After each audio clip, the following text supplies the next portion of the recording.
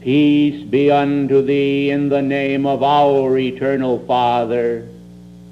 O my sons and my daughters, my brethren of light, I, Serapis Bey of Luxor, salute you in the name of the ascension flame, the sacred pulsation of the sacred fire that exalts the soul of man and exalts his consciousness until it is able to comfortably abide in the arms of the Father and in that God presence from whence he came. I direct your attention tonight to the purity of your own God self.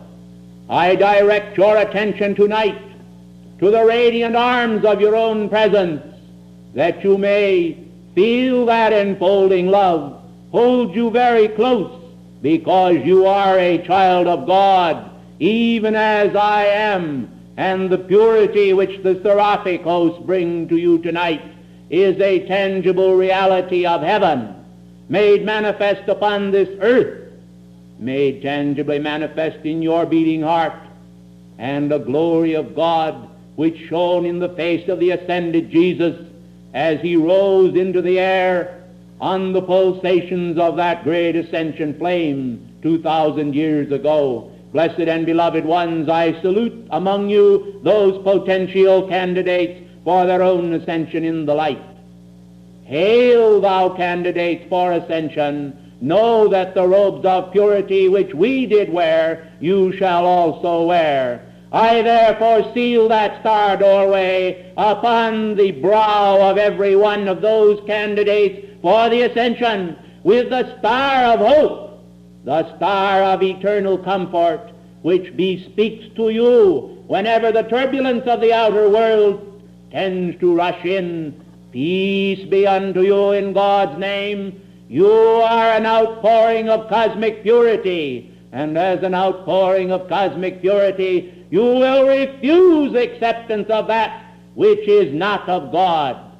God is a great pure vibration, the vibratory action from whence the creation came forth into being. This great purity is known as the sacred fire. It is a tangible reality. It is the electronic impulses of life emanating from the heart of God and flashing forth its fire into the presence of man and bringing to man the pulsations of life, intelligence, and God consciousness. Men ought to revere it. Therefore, in reverence, I have sealed those among you this evening who are candidates for the ascension, and secretly within that heart of hearts, I call to your own God presence to reveal unto you the necessary perfectionment which you must accept and make a part of your world if that great outpouring purity is to manifest. And you, like ourselves, are to wear the garments of the ascension in the light. Won't you please be seated, blessed ones?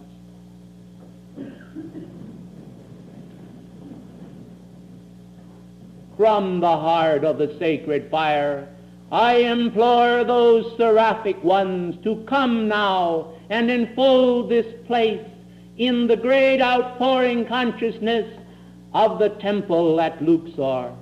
Blessed ones, if you are able now to embark upon a ship and sail to the land of Egypt and come to our shores, or to take that swifter route by air across the vast continents and oceans, you might walk among the pyramids and walk among our temples and see the somber faces of the remnants of the Egyptian race, and you would perhaps not realize that hidden here in the great light of Luxor, the former glory still remains pulsating in our Ascension Temple, and the Ascension flame is as tangible today as it was first brought.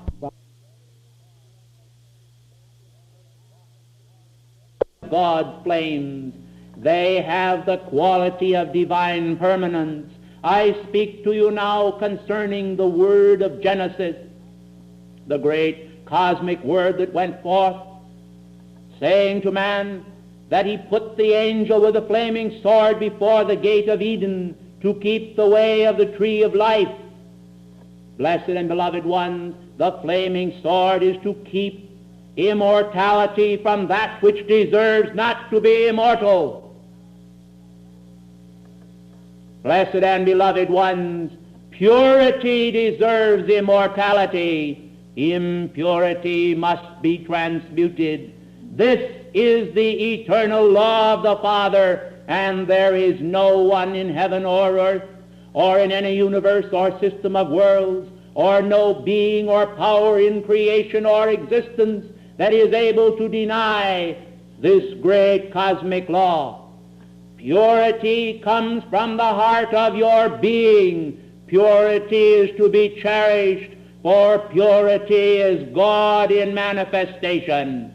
When you gaze upon a young child born of its mother and laying there tenderly enfolded, when that child opens its eyes, it opens eyes of purity, for it has not yet known the stain of the outer world.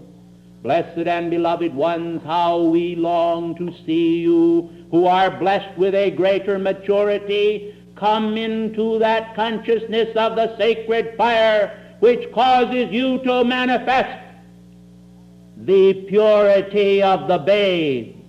Why do you love the child? Because the child manifests that which mature men and women often do not. I ask you in God's name, is this divine justice that the Father should give you years of life and bestow upon you the comforts of the universe, and that you should repay him with impurity, when you could, if you would, keep your consciousness on your great God source and remain in the same purity as the babe? This Jesus did. And tonight I tell you that those among you who will make your ascension must learn to go and do thou likewise.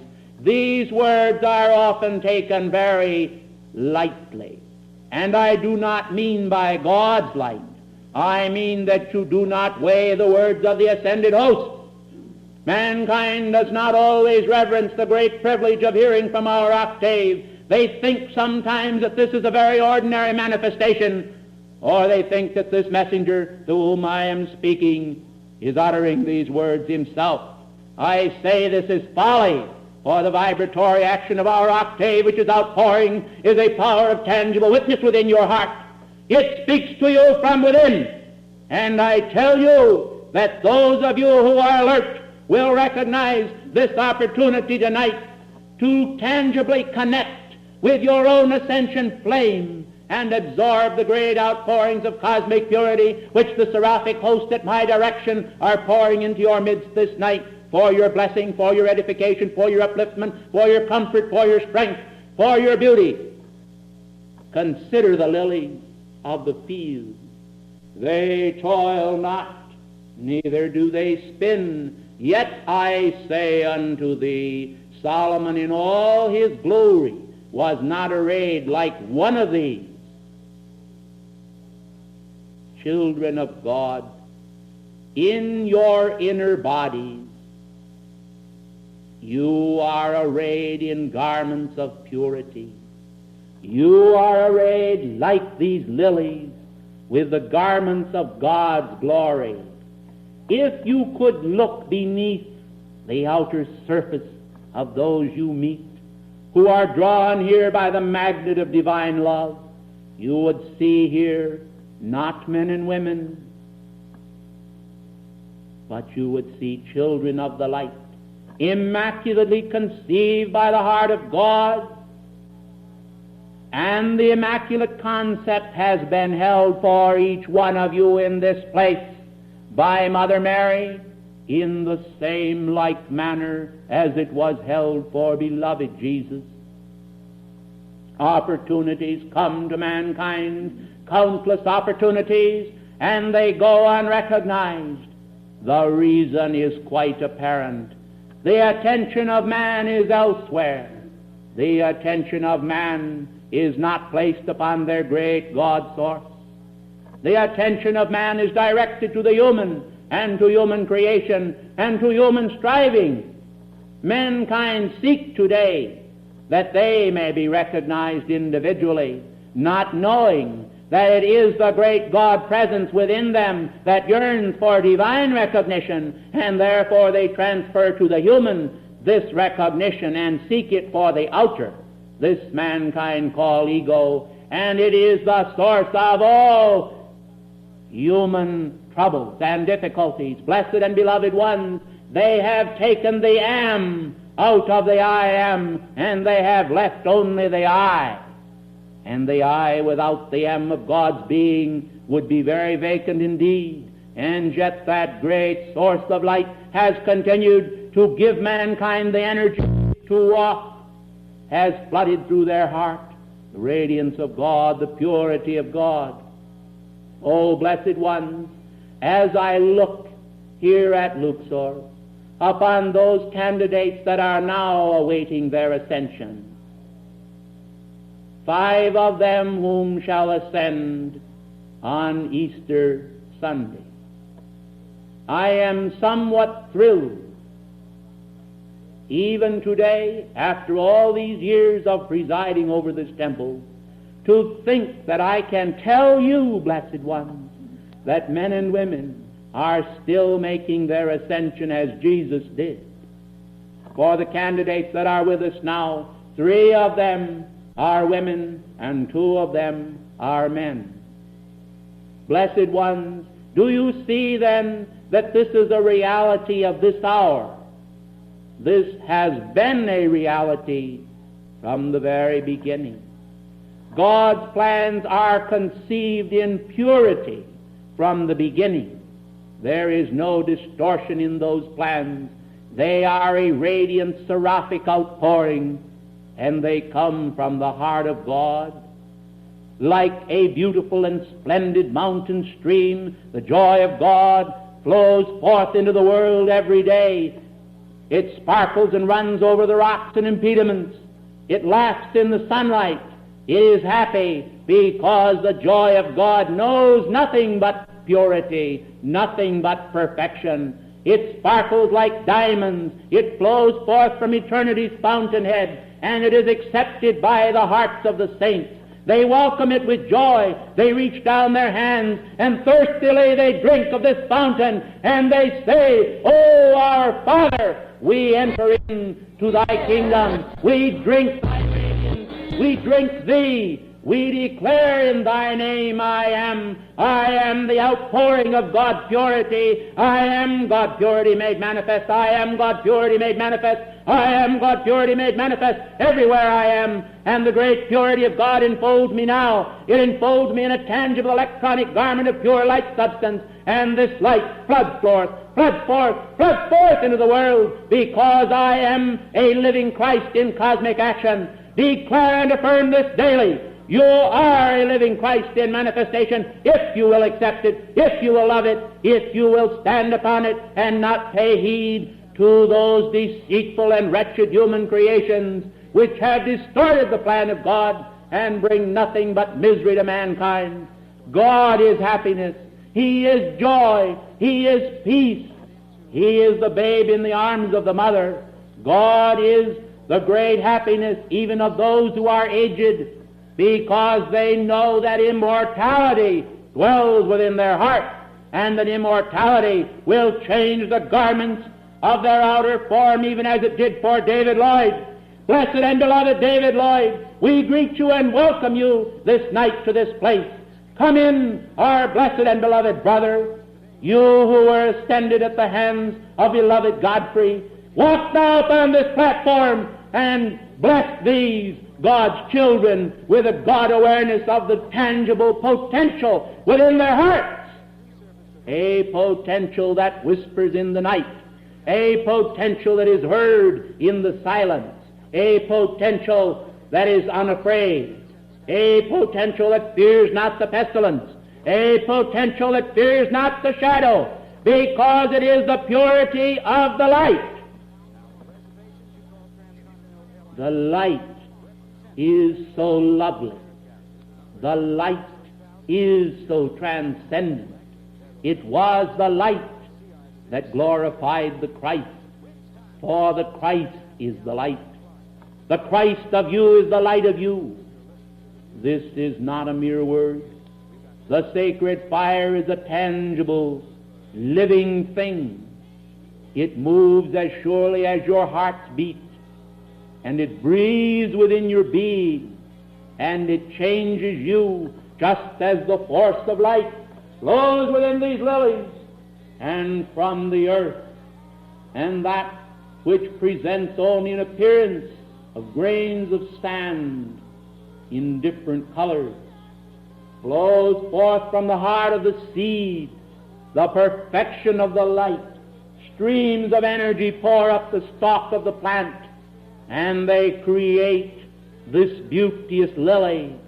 This beauteous lily is created, and it breathes forth into space the perfume of God, the perfume that you love, because it represents and symbolizes the hope of the world. You are the hope of the world. Blessed and beloved Brother David Lloyd, thou would speak a few words to these blessed ones. Come and speak to them of ascension.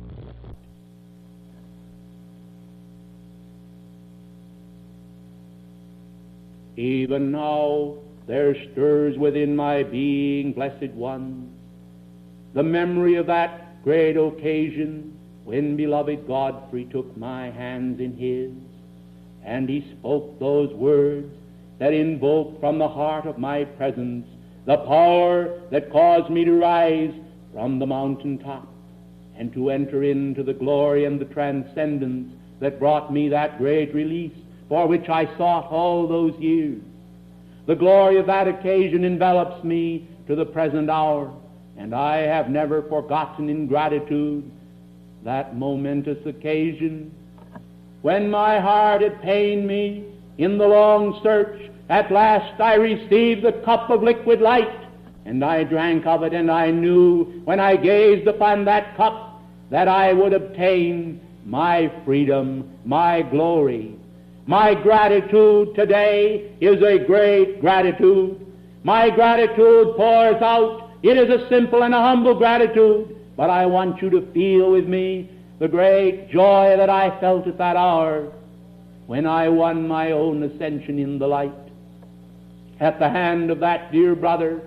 Oh, if only you would all try to realize and envision what you can do for one another if you will only assist one another with a great cosmic outpouring of light and desire to strive for one another, that one another might receive the blessing of the ascension as I did. Oh, blessed and beloved ones, you would not be thinking about the deceit of the outer world. You would not have your attention upon your problems. You would have your attention upon how you would be able to free one another, how you would be able to grant the ascension to one another, and in the winning of those spurs for another, you would win the great joy which I feel, the great buoyancy, the great spiritual uplift that actually pours out eternally, blessed ones, from God's heart.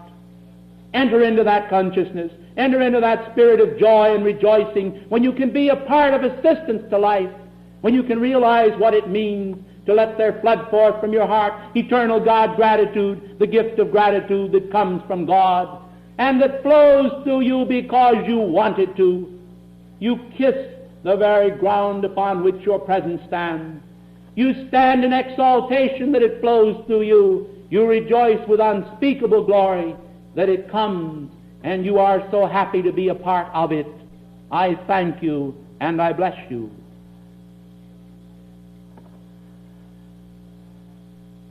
Thank you, beloved one, beloved David Lloyd.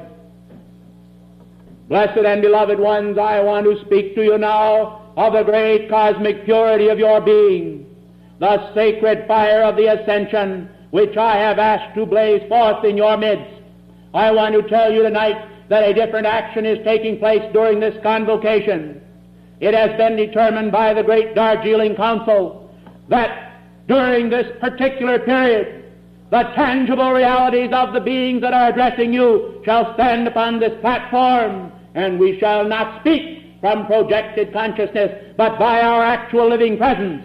For the purposes of your understanding, I tell you that I am standing just above and behind this messenger, speaking to you and pouring out my radiance to you as a living reality from the heart of God. O sacred fire breath, in the name of the Eternal Father, I charge the vibratory action in this room with the great white firelight that we brought from Atlantis, and I decree that it shall penetrate into the pores, into the consciousness, into the force field of each individual life stream within this place, and shall flood forth into their cell structure that divine flame which ought to blaze forth within that cell toward the glory of the ascension. I decree that as that individual shall embrace their own God presence and shall recognize their God source and shall walk according to their highest light, it shall expand, expand, and expand until it envelops them and raises and exalts them into their divine majesty, the glorious outpouring of their ascension. But I remind of purity. I remind of purity. I remind of purity. I am a being of purity. I am a being of the light. The light of God cannot fail. The light of God cannot fail. The light of God cannot fail. This activity is intended to expand until every beating heart upon this planet wins the same blessing you seek. In the name of the ascended Jesus Christ, in the peace of his glorious consciousness, in the great peace of the brotherhood at Luxor, I ask the great Ascension Choir to sing with you this night. For as this messenger concludes his part in this service, the opening of his consciousness while I speak these words through this channel, I ask you once again to sing the Ascension Song. And I ask the brotherhood at Luxor to sing it with you and to pour their radiance out, that you may participate together in a great wave of love's outpouring and purity's outpouring as an example to the whole world. And I tell you, I mean just that, to the whole world, to all of Christendom, to all those who are Muslims, to all those who are Buddhists, to all those of every faith and those of none, for they are all God's children and candidates someday, one day for the ascension.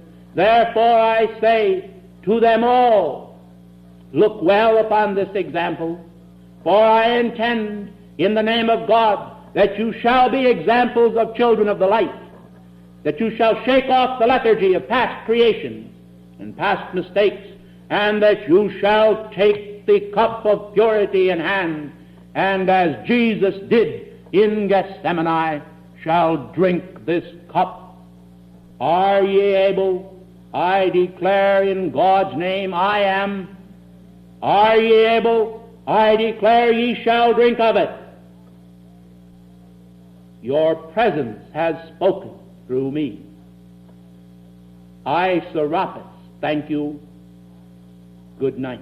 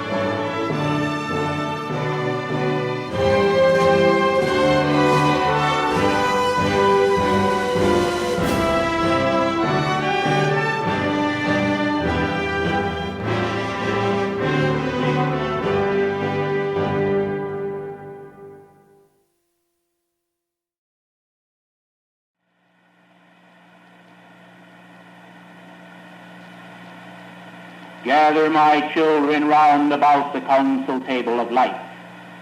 The Brotherhood at Darjeeling, whose credo I will is known to so many of you. Salute every one of you with the perfection of your own God presence. Light is vital. It is a manifestation of the Spirit of God.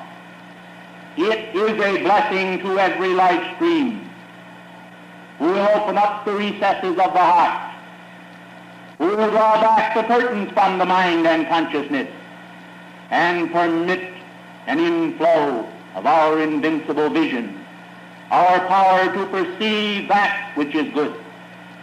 In that sense I speak to you, beloved Mary Monita.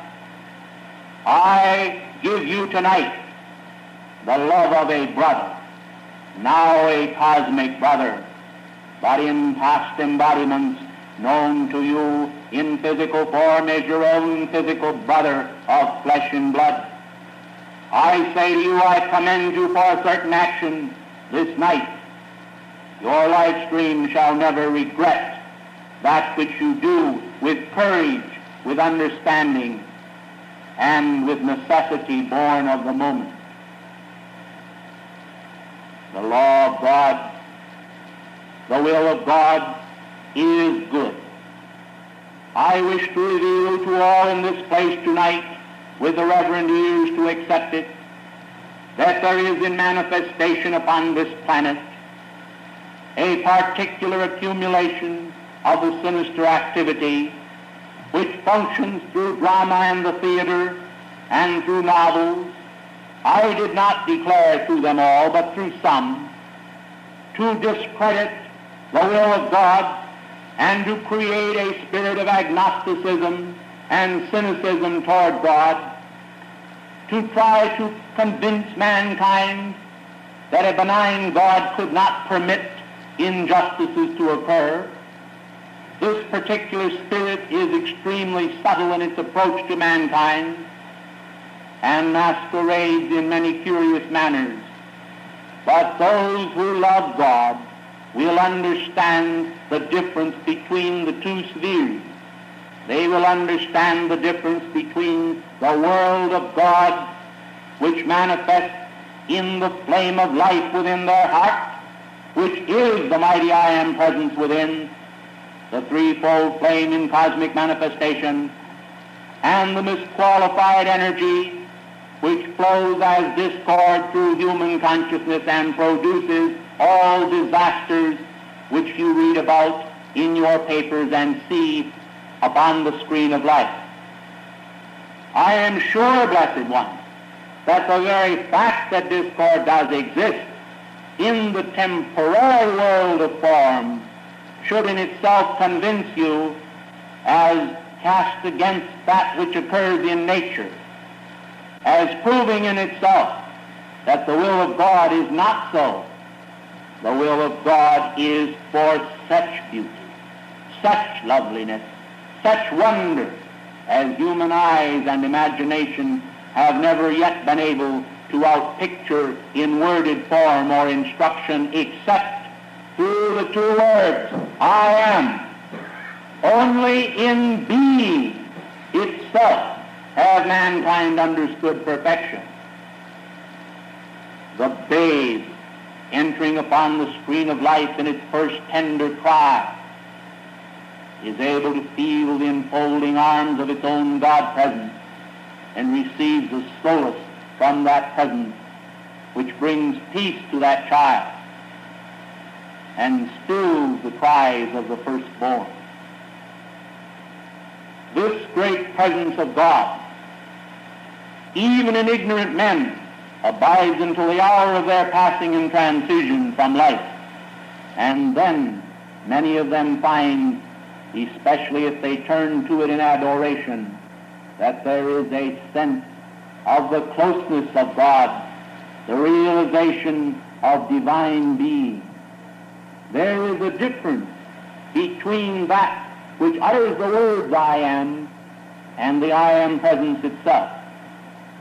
You must understand that mankind are in a state of becoming, that they have not yet put on the garment of righteousness, that they have not yet attained to the perfection of the present.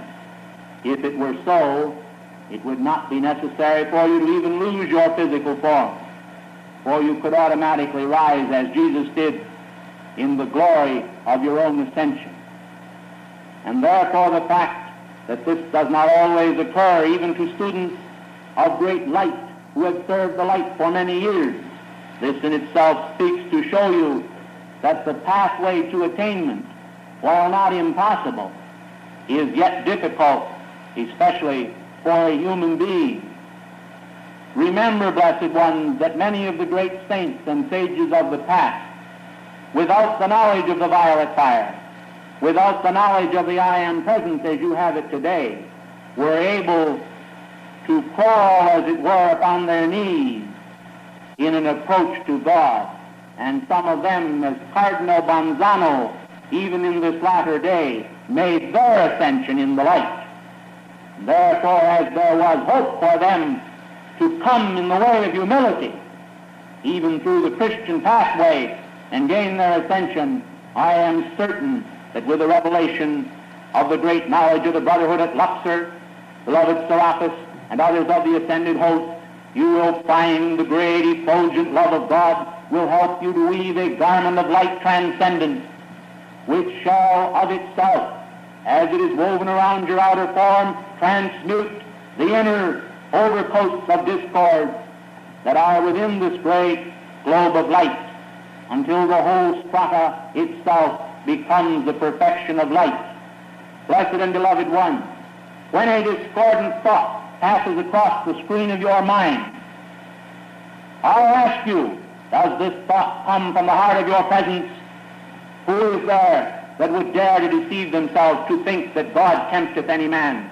It is written, God tempteth no man. But when men are tempted, they are enticed by either their own consciousness of the earth and misqualified energy which they themselves sometime, somewhere have misqualified, or they are tempted by the great mass misqualified energies which surge about and eddy about, not only in the great cities, but even out in the highways and byways from human creation. You have made the decree in the fiat. You have no power. You have no power. You have no power. God Almighty is the only power that can act. And some say, we have made this decree. Why is not this condition completely rectified? Blessed and beloved ones, remember that mankind still have free will. If it were not so, I would have told you. For as Chohan of the first ray and representative for the will of God, I am concerned with human will, that it become divine will.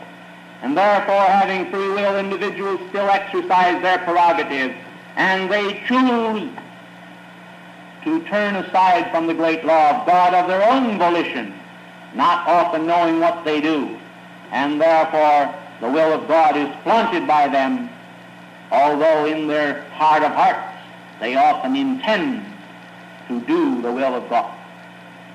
This paradoxical fact remains, and therefore, because individuals daily create misqualified energy, although you could make decrees all night and 24 hours a day, serving 23 hours a day with beloved Archangel Michael, and sweep the earth clean of all human creation, yet the very next day, with the dawn's coming, mankind would once again begin to create the human discord, and therefore these vortices of energy are real and tangible, and they must be avoided.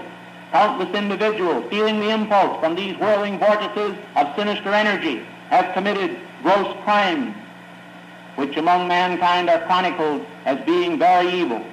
Blessed and beloved ones, forgive them, they know not what they do. These individuals have yielded themselves, not knowing of the great power of the violet fire, not knowing of the tube of light, not knowing of the ascended masters. These individuals have supposed that these impulses to do wrong which came to them were overpowering.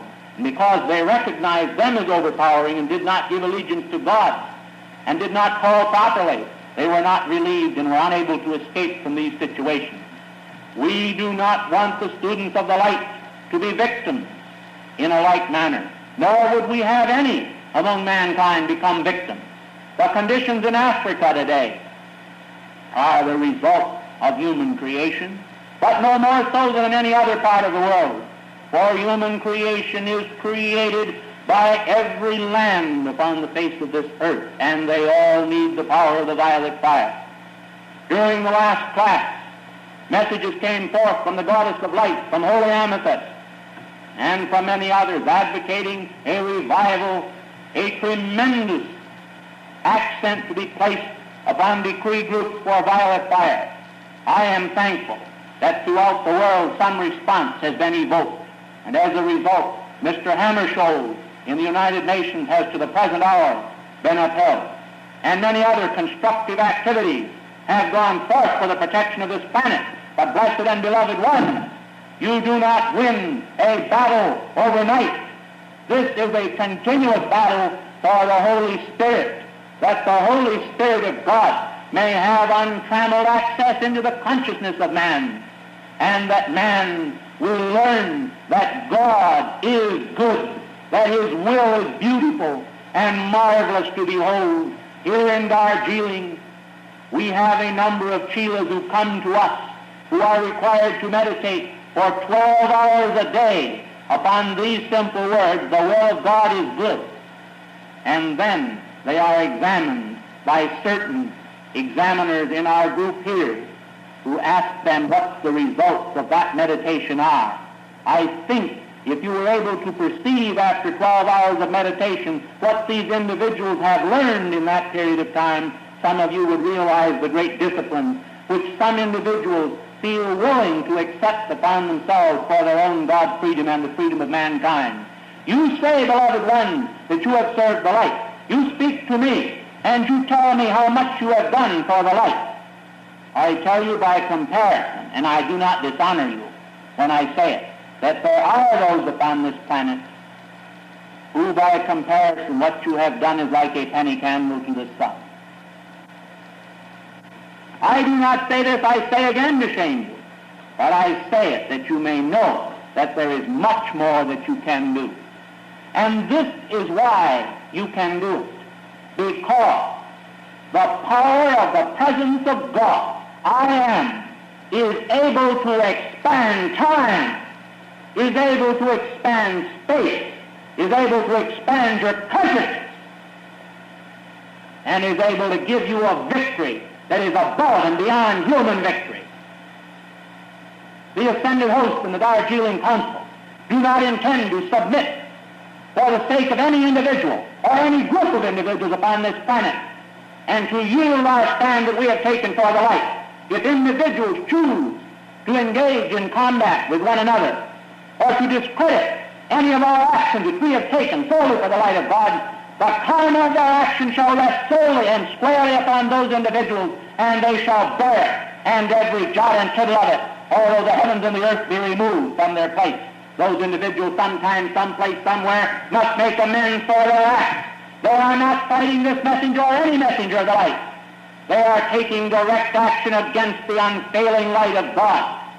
And I declare to you in all that is holy and by the power of light that we intend to defend all that we have begun.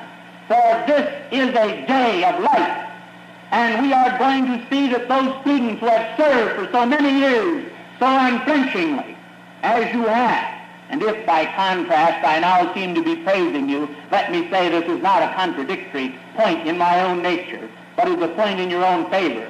For I think I well remember that among you there are some who have been exceedingly virtuous, and there are others who have desired to be exceedingly virtuous.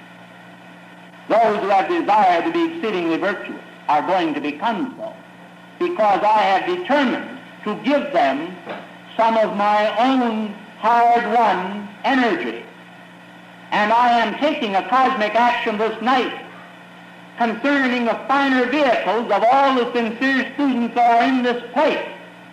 And I am determined that there shall be an infusion and a transmittal of cosmic energy from the mighty I Am Present that shall flood through your finer vehicles and alter the structure of your atomic body in such a manner that you shall somehow or other sense what the will of God really means. Some of you were present when I spoke of the caravan of light. I tell you, I have not yet begun to fight. I am determined for the sake of the will of God, which is so holy and so sacred, that we shall preserve a forthright student body in defiance of any individual, or in defiance of any group of individuals, or in defiance of any force or power of misqualified energy anywhere upon this planet. I declare, and I am the chosen of the first race, you have no power, you have no power, you have no power. The only power that can act is God, the almighty I am presence, the infinite capacity of God for good, the infinite purposes of the cosmos, the infinite expanding light of God which came forth from the first photon of light, which is now passing out through all the milestones of cosmic existence in insular space and expanding the hallowed blessings of the Holy Spirit throughout all universes whatsoever, and bringing forth beauty, love, radiance, peace, power, and wisdom divine, the threefold flame of God in cosmic action. I am Moriel, chosen of the first race.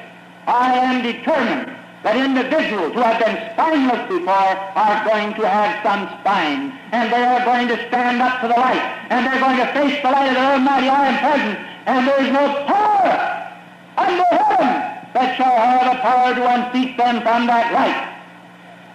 I tell you, blessed and beloved ones, square your shoulders and put your hands to the wheel, because we are going forward to God's victory, and we are going to give to mankind an understanding of this great law, the law of the mighty I am present. We are going to make them come to a realization according to the very prophecies of beloved Jesus himself, when he declared long, long ago, the very stones shall cry out if these shall hold their peace. Blessed and beloved ones, if mankind will not accept this great opportunity, I think you will be amazed at what will happen. We will take individuals who do not have this understanding at the present, and we will illumine them so that they who may be last to understand it shall be first. Blessed and beloved ones, I love each and every one of you. If I seem to chastise you, I do it but for the love of God. I do it but to increase your cosmic capacity for good in the will of God. I do it to stop your blessed feet from stumbling, and I do it in the memory of all those endearing young charms which you are, which I gaze on so fondly today. I love you. I love you. I love you. I am the chosen of the first race. I am the will of God, ever made manifest, ever the strength, ever the courage to be true, to dare to do, to be, and to be silent when necessary. Blessed ones, you stand before a great golden door of opportunity. And the door is before your consciousness not only tonight, but every day of your life. As you knock upon the gateway of that door, as your hand reaches out to turn the latch and to open, know that I stand beside you, and I am not alone when you adore the will of God. Beside you is blessed Archangel Michael. Beside you is blessed and beloved Jesus, and an infinite procession of cosmic masters extending back into the very beginning of time, to the beginning of the chronicles of mankind's existence upon this planet, there is hope for all. Our cause is the cause of life. I want to make one point in closing. My point is clear. Individuals themselves are but manifestations of God. When the presence of God walks through them and they are obedient to it, then God walks among them. When they walk according to human creation, that which acts is not the presence of God. Know then that your key to freedom lies in your own presence, and no one else can turn that key for you. Not even the Chohan of the first ray or the Chohan of any other ray. But we all love you. And as we desire you to stand in cosmic unity shoulder to shoulder with one another, so we stand tonight with you. As you stand now in honor of the will of God, I give you the benediction of the angel. O angels of the blue lightning, my own cosmic adoring friends of truth and purity, O immaculate angels of blue lightning and of the will of God, I adore thee, I adore thee, I adore thee. I am adoring thee, I am adoring thee, I am adoring thee, thou manifestation of the feeling of obedience to the will of God, thou feeling of the great presence of God surging through all the universe, thou feeling of the heart of God reaching from the sacred altar in the great central sun to the planetary altars and the insular altars upon all the great stars of all the systems of worlds. Blessed art thou, thou infusing flame of fire, which enters the heart of each babe at birth. Thou great flame of fire which sustains all life in passing, and shall bring all to the unalterable perfection of God. Blessed art thou. Blessed art thou, thou angels of the blue flame. Bless now thee, chosen ones who choose to love God. Unpopular though it may be at times, they choose to love thee. Bless them always as they approach the throne of thy will, for therein shall they find the way that leads to eternal salvation, the way that leads to peace. I thank you and bless you. Good night.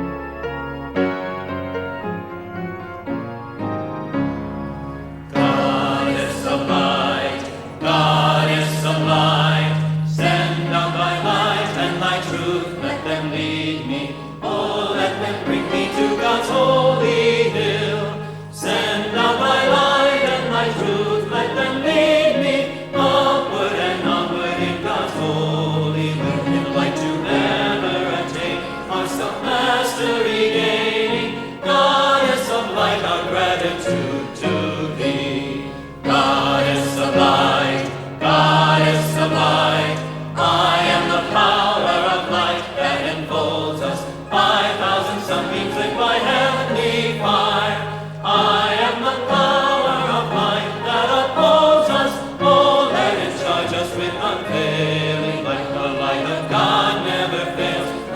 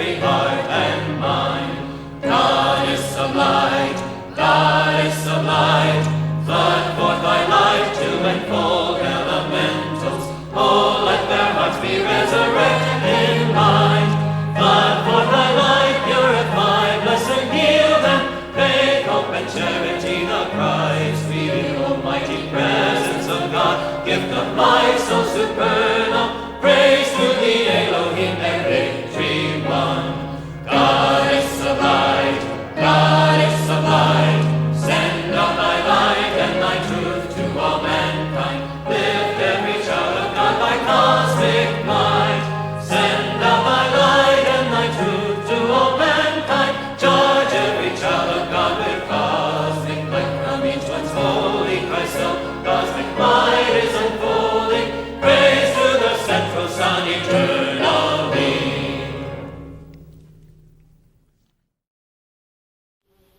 You with the heartbeat of the cosmic mother.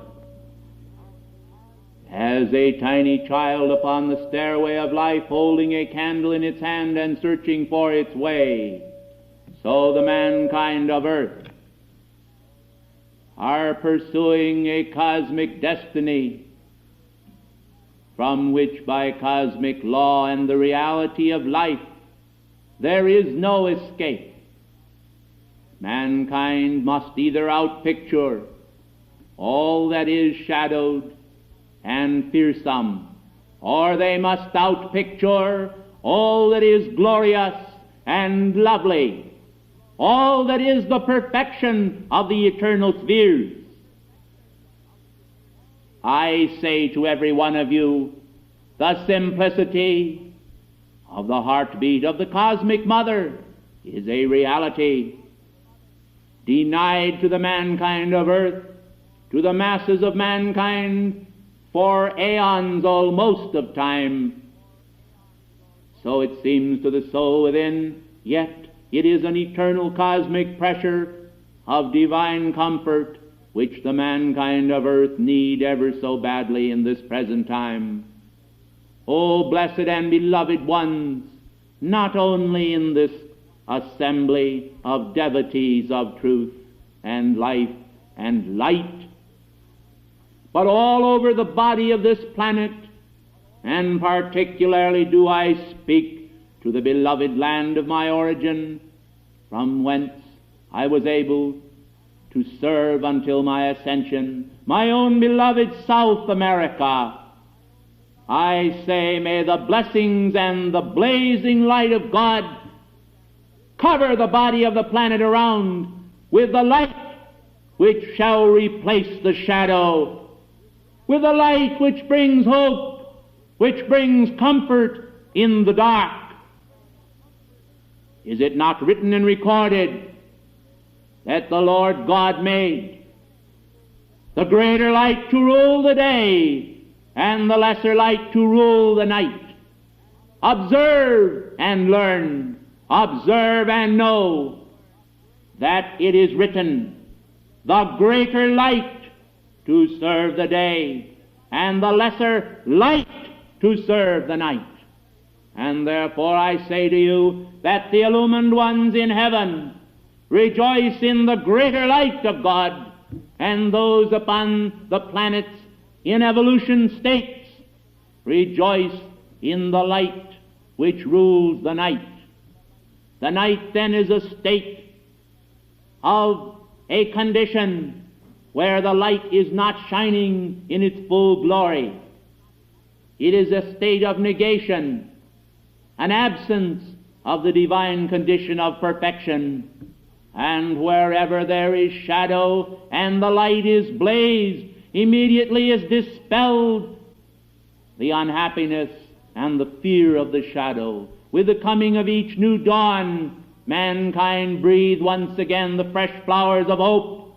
The buoyancy of the eternal spheres shapes mankind with a concept of the divine destiny of life. Blessed and beloved ones, I come to you with a solemn message for the hour, standing on the threshold and having crossed this past eve, the threshold of the new year.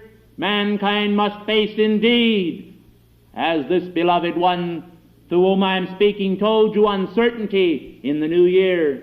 But you may face it, blessed and beloved ones, through your mighty I Am presence with confidence, knowing that the presence of life itself, if listened to by your inner ears and your hearts, will guide you correctly, not only through this coming year, but through all of the days that are to come, through all of the nights, the turmoils, the confusion, the loneliness, the lack of peace, until you will feel and sense that the heartbeat of the cosmic mother is a tangible reality. When a babe lies in a mother's arms, there is no substitute for the great God feeling which surges through the babe. They speak no words. There is no exchange except a simple lullaby.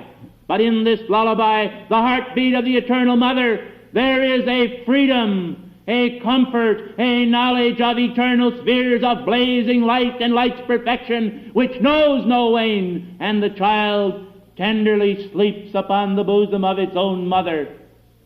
You, beloved mankind of earth, have long pillowed your head upon a stone as Jacob did when he dreamed the great dream and beheld a ladder of light opened up into the heavens and the angels of God descending and ascending thereupon.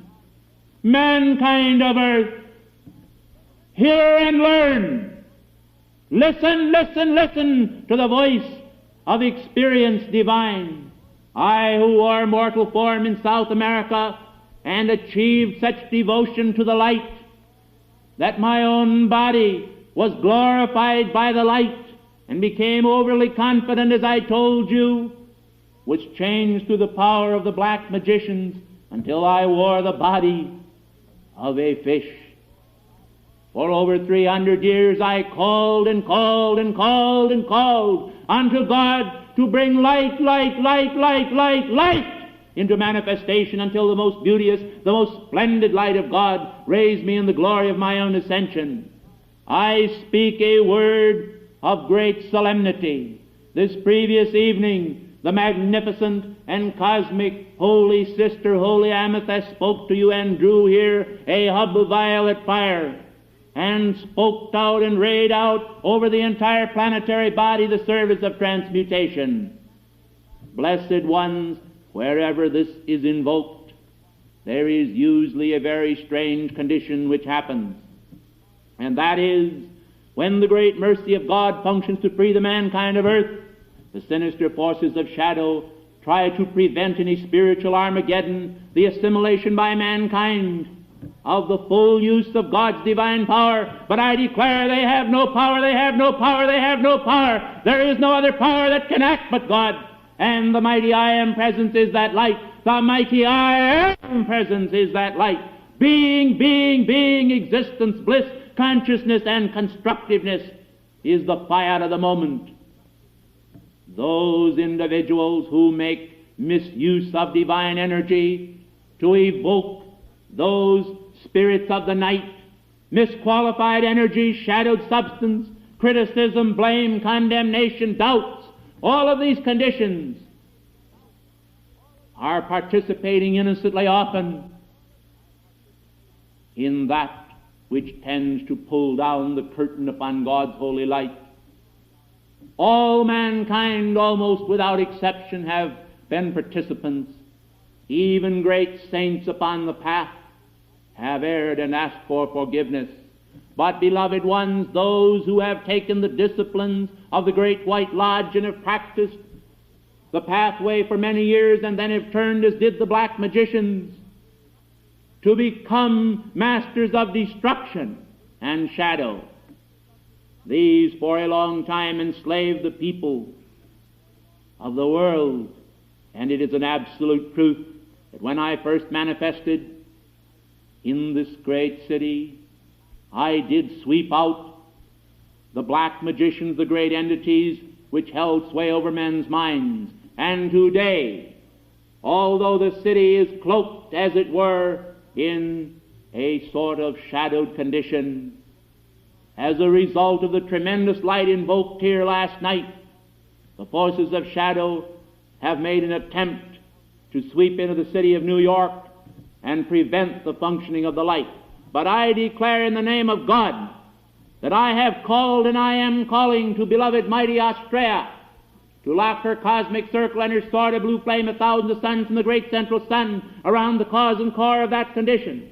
I am calling to beloved mighty Archangel Michael to take his cosmic sword of blue flame of thousands of suns from the great central sun, and to blaze and blaze and blaze it through this city and through the planetary body until that which is shadowed substance returns and is set free by the power of the sacred fire and by the power of light and light's perfection.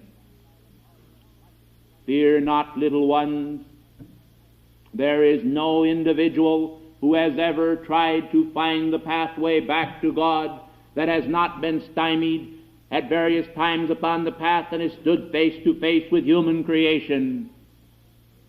Some of you who knew the beloved Godfrey well know that at various times he was face to face with human creation and suffered much because of the tremendous focus and vortex of hate which was projected upon him as he tried to render the cosmic service to the light.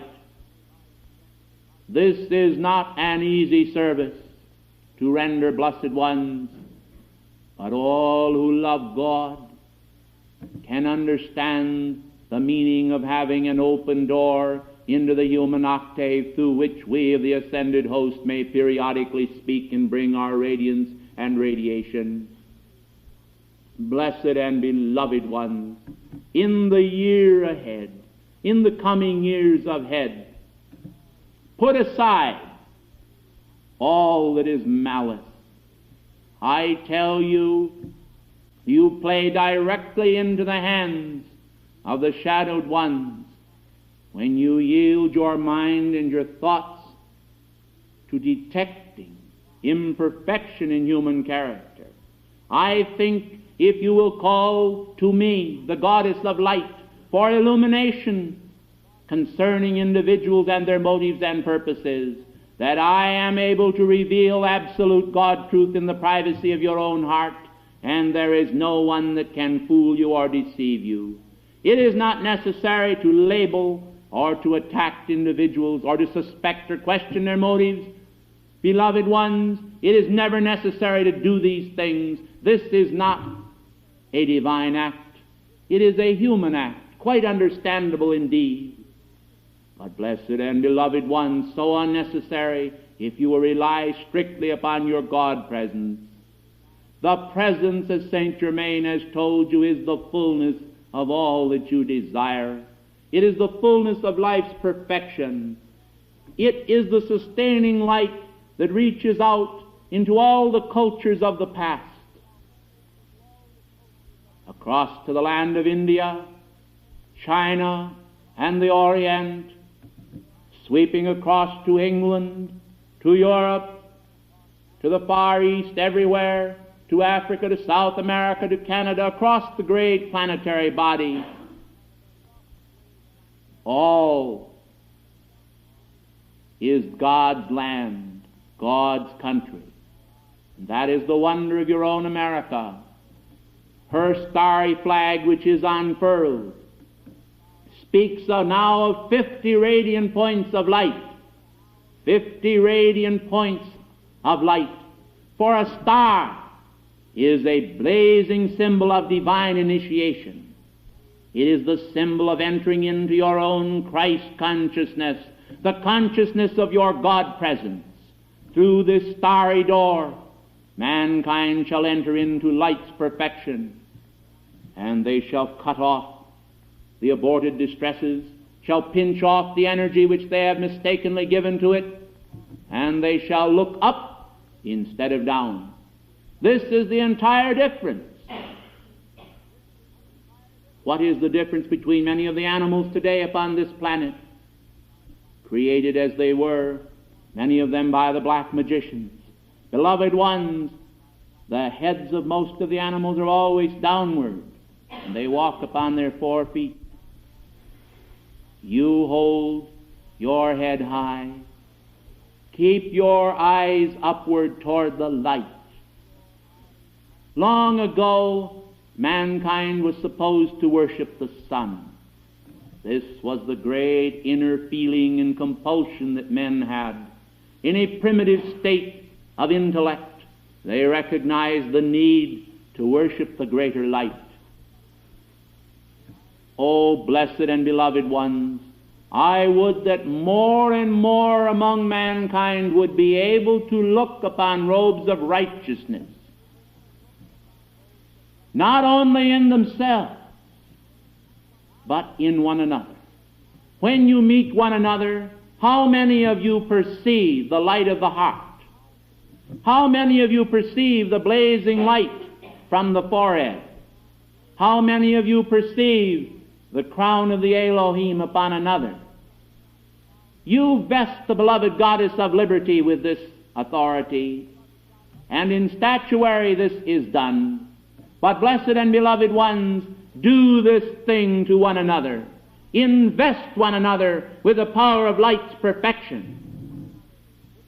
Think you how easy it is to meet a stranger within your gate? Think how easy it is to invest a stranger with your love, one whom you do not know, and then after you know that one, or suspect that you know that one, you no longer see the good within that soul, and so you turn away from the light within that soul. And when you do, blessed and beloved ones, you turn away from the light within yourself.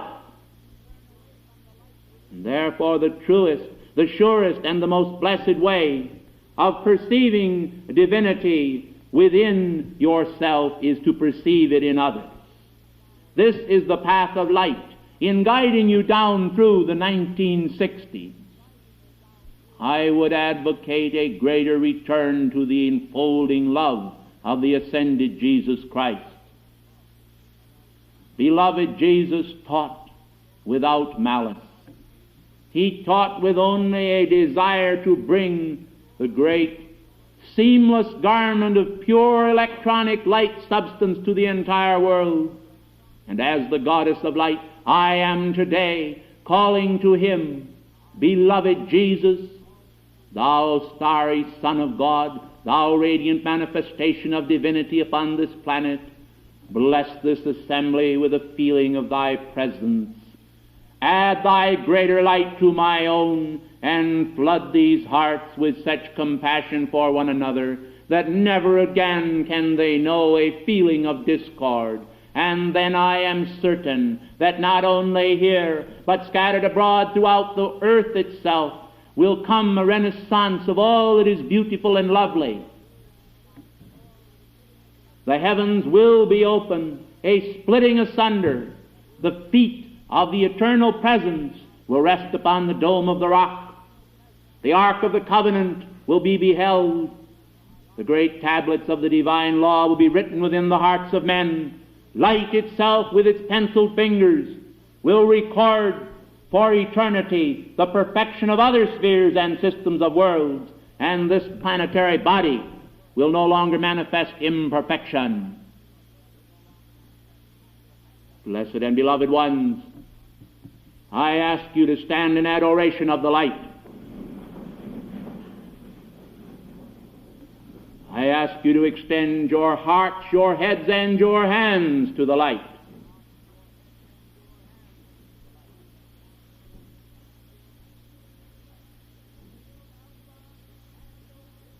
In the name of Alpha and Omega, in the great central sun, I, the goddess of light, invoke the spirit of light itself from the heart of God in the flaming great central sun.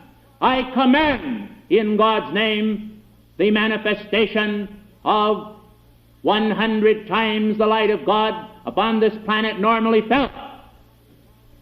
I command the light of God to sweep and sweep and sweep into all pain-producing centers and bring surcease from pain. I command the light of God to sweep into human consciousness and to bring all discord there into perfect harmony. I command in the name of God peace to be spread abroad throughout the earth, and light's power to be expanded for all eternity.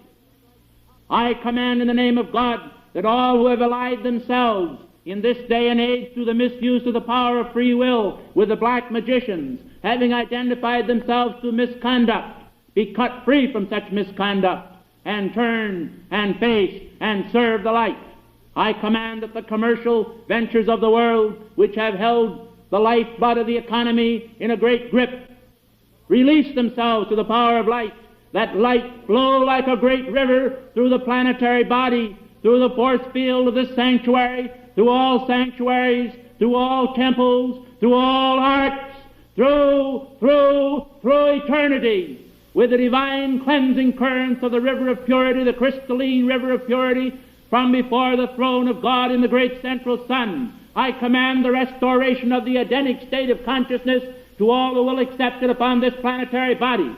And I decree for all eternity that light shall blaze and blaze and blaze and blaze and blaze and blaze and blaze until the light itself shall remain King of all perfection, absolute Queen of life, and the eternal Holy Spirit which enfolds the swaddling mankind of earth until they attain that maturity of consciousness which we are, which we have, which we will be, and which you shall be. I am, I am, I am, I am. The full power of God calling to the four corners of the earth, to the four corners of the universe, for a perfect manifestation of divine perfection, calling to the tetragrammatron of life, that the perfection of God manifest within man, exchanging the macrocosmic power of the light of God which never fails in the great central sun, with the great macrocosmic power within the great central sun. I demand and I compel, all ready for initiation in the coming year, to receive such spiritual initiation as shall give them their God freedom,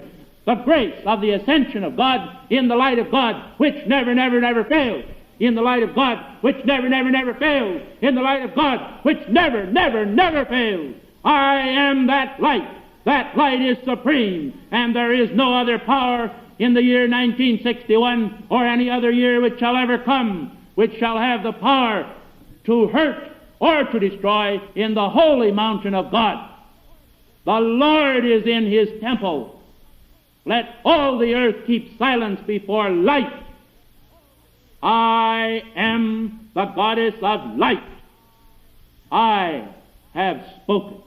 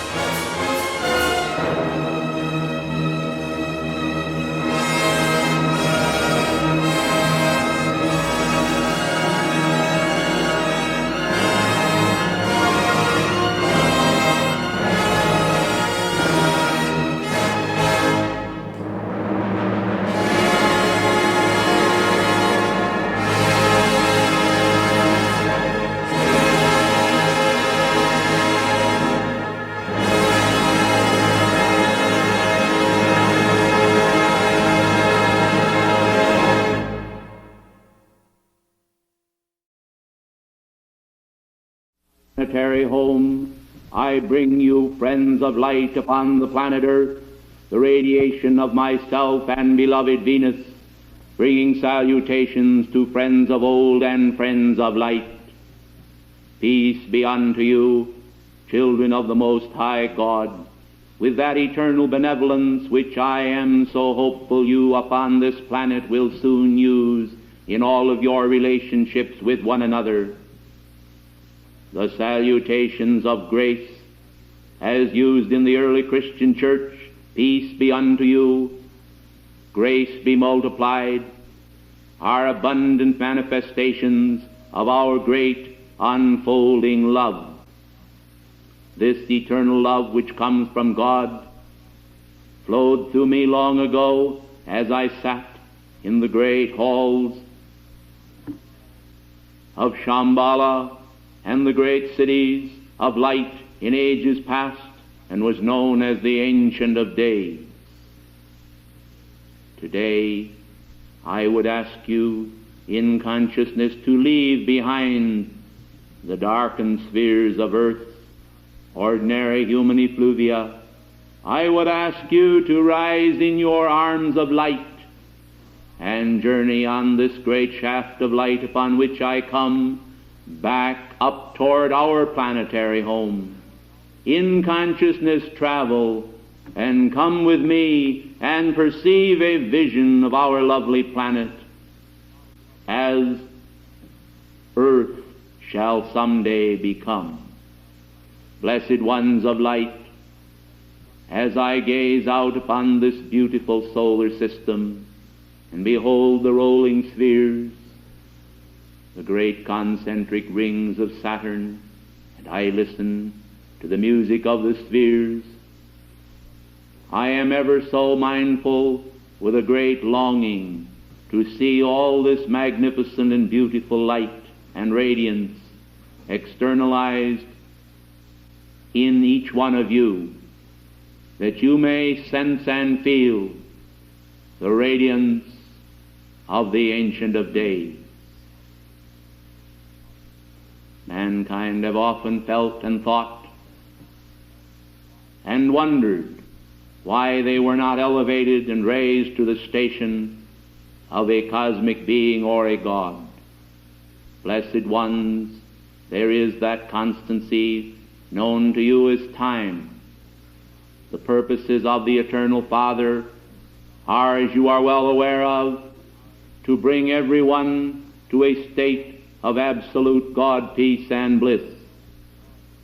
There is always this element of time, the cycles of evolution, and therefore I commend you to the patience of your own I Am presence. I commend you to the patience of that blessed Gautama who spoke to you last evening. I commend you to his patience, that you may learn to wait expectantly for the manifestation of every good and gracious and perfect thing within your life stream. I recall, through the countless ages that are past, the great struggle among mankind to be able to find even physical substance to nourish their bodies. I recall also the struggle to mine the precious metals of the earth, to externalize knowledge. I have observed the rise and the fall of empires. I have observed the great drama of life upon this planet. And withal, in our separation from blessed Venus and our voluntary exile upon the earth, it was the power of love which anchored our radiance here. We found little encouragement among the mass minds of mankind. We found little expression of the great hope of God among them. There were only the few, just the few, whose devotion poured out in adoration to the great presence, to the light from the great central sun, enabled us to anchor and sustain the power of protection for this earth until the evolutions could arrive even at the present state. Now I have returned to Venus.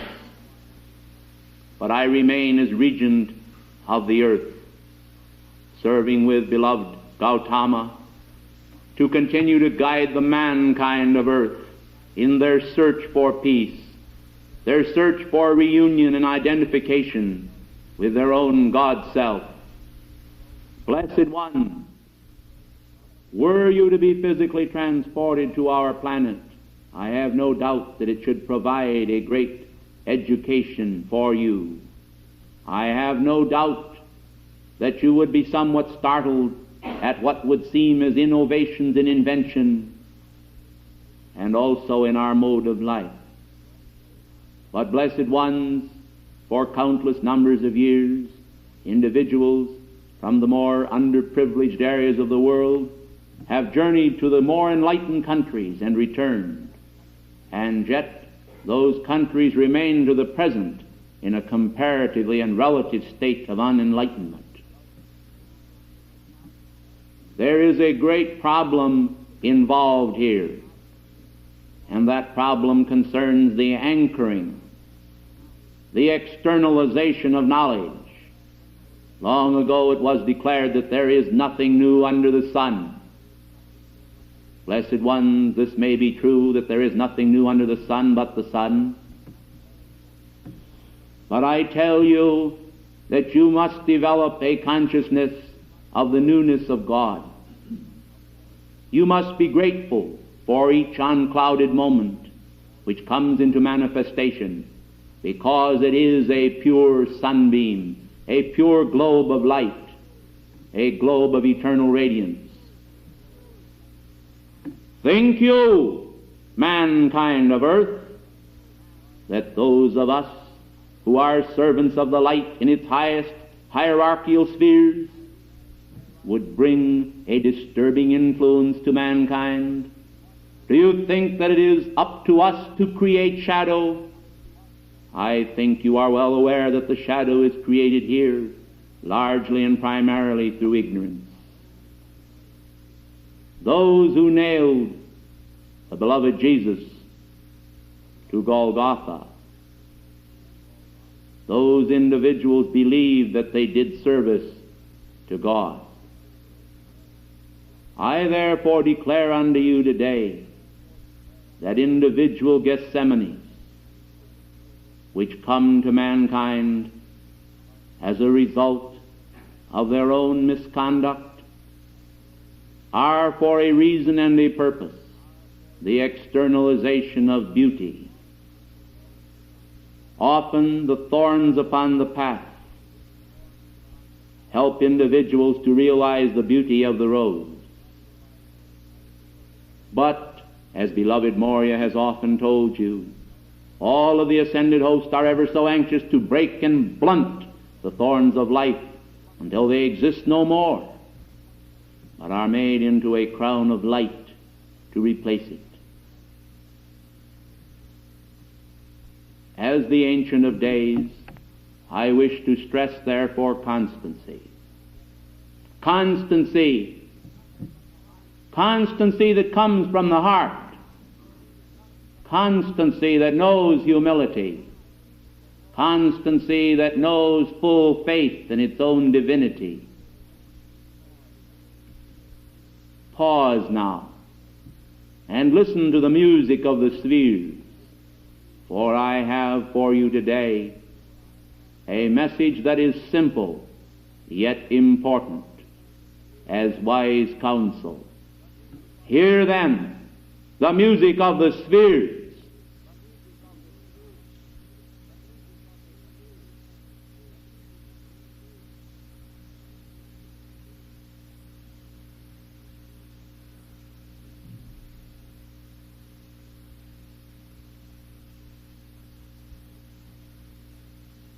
O hallowed grains of sand that compose the planet Earth, O hallowed trees and land, O hallowed forms of men, blessed may you be, and blessed may be the fruit of life upon your path. Beloved ones, mid pleasures and palaces, though you may roam, be it ever so humble as the song goes, there is no place like home. And I think that the heart of God is your home. And therefore, wherever you may wander upon the earth, wherever you may wander in thought, know that in the simplicity of life there is great beauty. This which men think of as common clay is in reality the infinite light of God. When I say, hallowed be the grains of sand of the earth, I imply that they are made of the creative light from the heart of God. They bore no malice to mankind. They brought forth no cruel thorns to mar the perfection of life. They are not accountable for the disputes and the discords which men rage in, and the warfare which stimulates the worst within human nature. They are pure and lovely. The atoms and electrons that compose your body and your cells, these in themselves are beautiful, and they serve you well 24 hours a day, functioning in an electronic manner so as to provide you a vehicle and physical form through which to express. The Great White Brotherhood in its councils have constantly planned in a divine omniscience for the upliftment of mankind, and as rapidly as the plans were brought to some degree of fruition, through human cupidity and carelessness, those plans have been dashed to pieces and aborted. This is not the fault of the ascended host or the hierarchy of heaven, for if anything today, our love for humanity has increased rather than diminished. For from among you, O sons of men, have risen in the blessing of the ascension women and men, and even children. For it is not too long ago that a very, very lovely child in a mountainous region of Italy made the ascension in the light, even before the Christmas season this year passed. Therefore, those who have made the ascension have joined and swelled the ranks, and the choruses which are cut free from your octave, they represent a best hope. There is one particular and specific characteristic concerning those who have made the ascension, and that was the quality of their heart. There are times that we almost decry the human intellect. I would point out to you that it was the whispering of the serpent, reputed to have whispered in the ears of Eve in the Garden of Eden, which destroyed her peace and her happiness, saying, "Take and eat of this fruit. Has God said, ye shall not die? Nay, ye shall become as wise as gods." Blessed and beloved ones, as it has been said, a little knowledge is sometimes a dangerous thing. It is the relative knowledge, the finite knowledge, the human intellect. I warn you, therefore, this day, that the quality of the heart is the important and the necessary virtue that you must have in order to make your ascension in the light. Those whose motives within are pure will do all within their power to see that their outer action and conduct is pure. As we have observed in the temple at Luxor, candidates for the ascension, we have constantly observed one quality, a desire themselves to, if necessary, be erased in order that God could express. A willingness to accept censure, if necessary, from mankind, from one another. A willingness to be humble and to work for the universal good and the cosmic purposes. Blessed ones, again we return to the intellect. You know these things. The reason they are not carried out is oftentimes the result of the human mask, the persona, the assumed mask of your own individuality. You are as much a part of God today as you ever shall be. And yet this is not known, not realized, not assimilated, and not accepted. In the acceptance of the perfection of your presence, you shall find peace, and you shall find happiness as the only divine reality. We would love to see large numbers of individuals become saints. We would love to see all men become saints in manifestation. The surest and quickest way for this to come about is to cease all criticism, all condemnation, all gossip, all of the things which we have told you can never produce perfection. I would love today to bring you a great message of moving inspiration.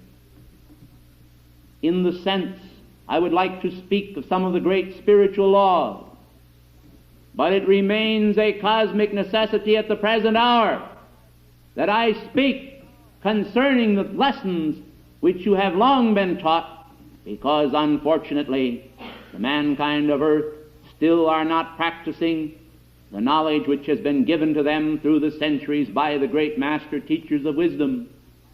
Therefore I choose to take my time today to reiterate, to repeat, to stress the same lessons which have been stressed by all the masters in the past. The need for absolute devotion to God, the need for toleration and kindness to one another, the need to look for all the good and benign qualities in one another, the need to hold the balance and keep your flame steady and remain undisturbed when all the forces of the elements may rage around you. Conditions which disturb you, blessed ones, are not the result of any human individual's actions.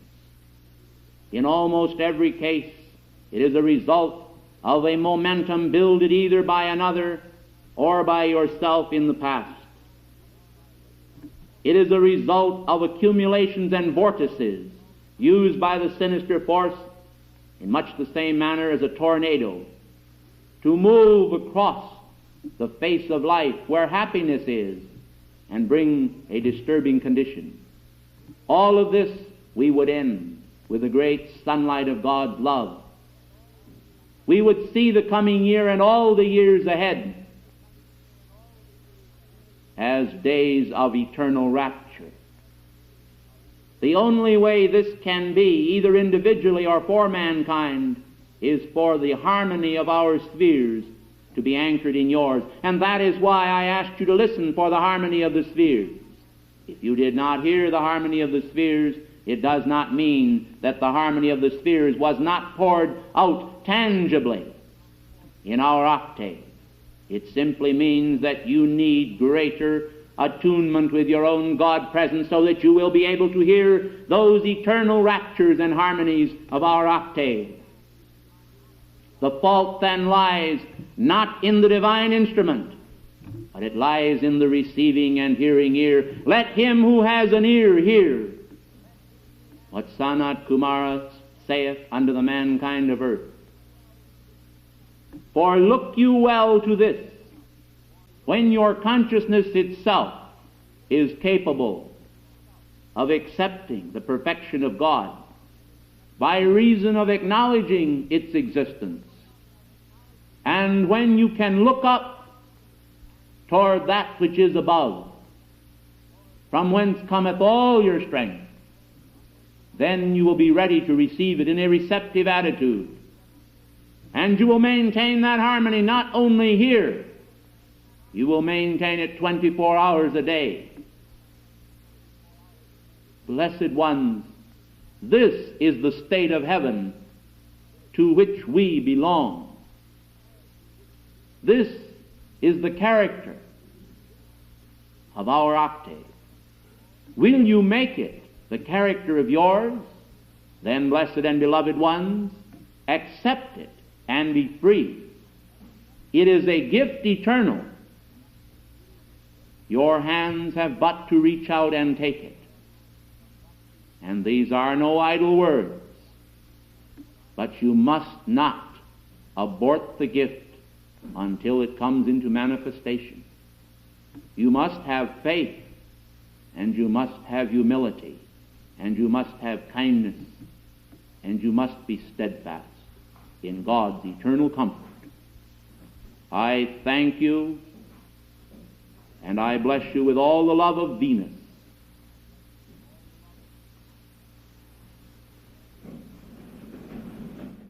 O thou seven sacred holy Kumaras, all sons of the flame from Venus, blaze, blaze, blaze thy magnificent radiance out through this planet.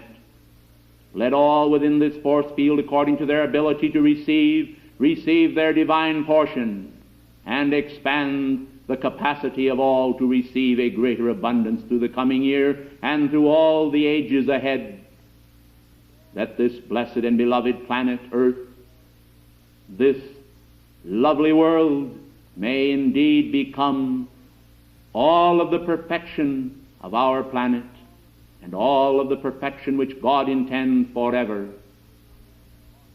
Now I seal you in a great unfed flame of love, wisdom, and power.